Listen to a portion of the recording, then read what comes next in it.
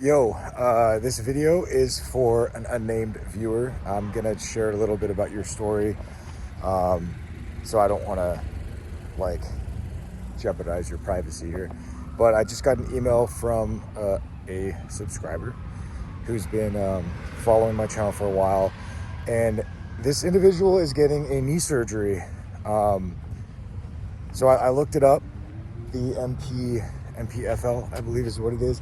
I'm gonna learn more about it and have a friend of mine do a video. He works with athletes recovering from surgeries and injuries of all types. So I'd love to do a series with him on some of the surgeries I've had, the bilateral bursectomies on my shoulders, and then a partial meniscectomy on my left knee after a jiu-jitsu injury, all before I joined the military. So the number one thing I would say is to focus on your mental health.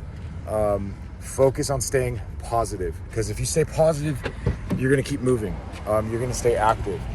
The fact that this viewer lost 80 pounds is incredible. That's an incredible goal. I commend you for that. That's absolutely astounding. I'm heading downtown to go to the float tank in San Diego. So forgive me while I pack all my stuff. Actually, a really big thing I would say is, man, if you want to do a float tank, that was a weird shot. You just got guys went up my nose. If you want to do a float tank, do it. Like after your surgery.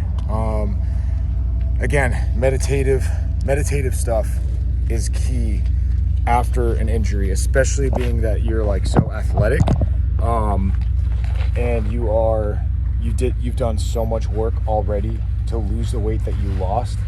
The worst thing you could do, almost dropped my phone. That was like a Jedi catch.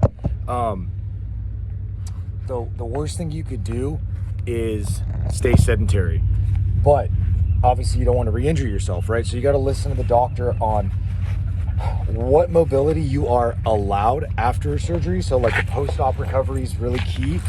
But for instance, low impact sports such as cycling on a stationary bike or swimming can be incredible for certain types of surgeries. I think for most, but talk to your doctor, make sure they're cool with it. But I was told by my friends who are physical therapists for my knee surgery, they said don't just sit on your couch and wait to heal up, which is incredible because that's what I want. I want to be active. Did I grab my wallet? I did grab my wallet. There's nothing worse than being stuck off base without your CAC. It's never happened to me in my 3.5 years in the military, and I don't want that to ever happen. So stay mobile, but don't don't cause inflammation.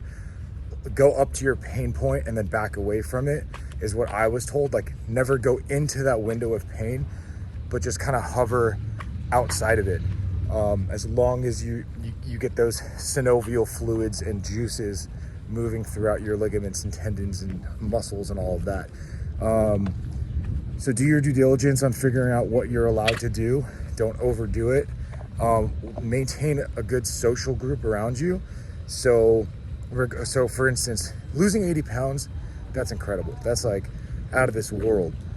And I understanding the realm of psychology, a lot of eating has to do with emotions, out of boredom, out of stress, potentially, depending on what you've experienced throughout your life.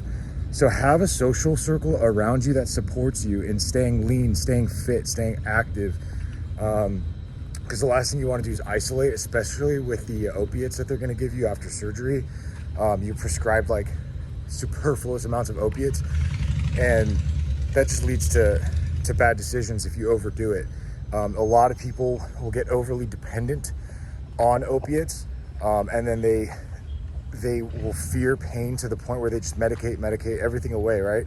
And then you avoid moving because you tell yourself, hey, I'm injured, there's pain, so I'm just gonna numb the pain, I'm gonna sit here, and then you're gonna have the munchies for whatever you want to eat at home, all while you're sitting sedentary.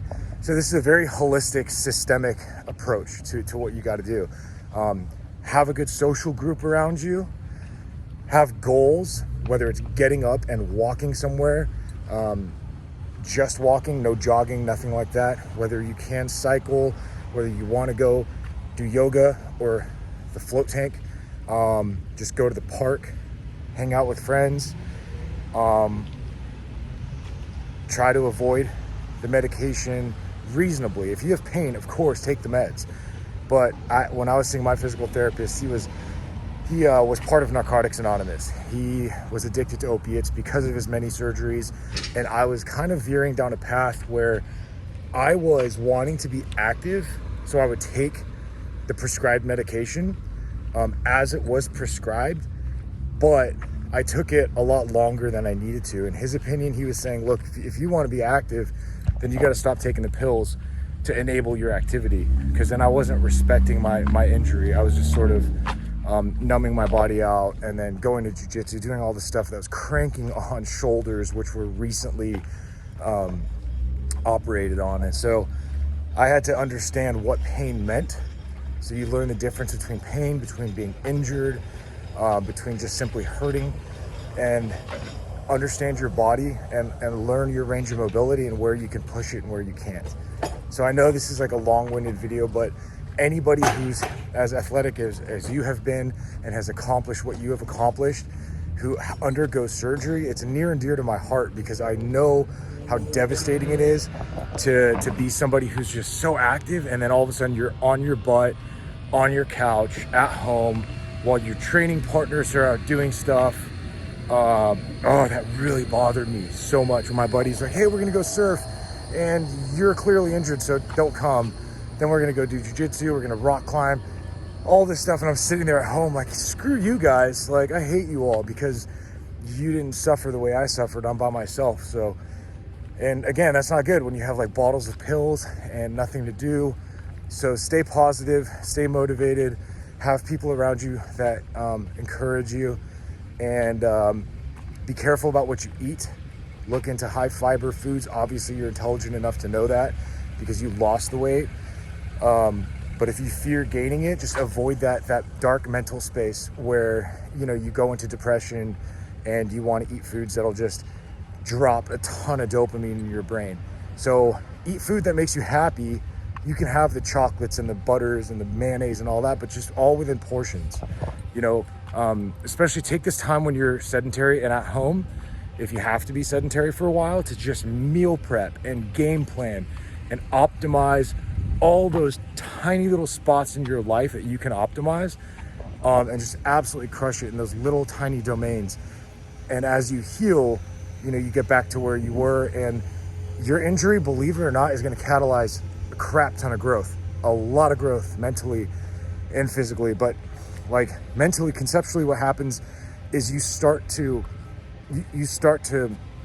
change aspects of your life you wouldn't normally pay attention to. So for instance, for me, when I had shoulder surgery and knee surgery, I started stretching and learning mobility exercises that I still do today, as I'm fully recovered.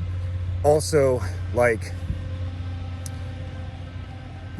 so in jiu-jitsu, if my hand is injured, if I broke a finger, I don't use that hand, right? I'm forced to use other body parts. I'm forced to use a whole nother side of my body. I'm forced to develop a whole new inventory of moves and strategies based on that injury. So 6 weeks later, when that bone recovers, I all of a sudden have a new repertoire of moves that I can do in jiu-jitsu. So whatever it means to you, like in your life, that you can optimize, that you can enhance, use your injury to do that. Do not look at this as a sit on timeout mode. That is not what this injury is for you. It's going to be a way for you to develop further skill sets. You have to see it like that. If you don't, it's just a dark hole that you fall down, and it's like, woe is me. I'm a victim of surgery. I'm a victim of a medical injury, and I totally understand where that's at. And unfortunately, in the world of pharmaceuticals, it's a dangerous game to play because the medication kind of reinforces that psychologically. So, yeah, that's pretty much my first spiel about that. Sorry this 9-minute video got so long, but hopefully it helps. You're not alone. You're gonna feel it probably, but surround yourself with friends who will be there with you and support you for being, you know, the athlete that you are. And then also reach out, of course, anytime you want me to post a video just like on the warm fuzzies.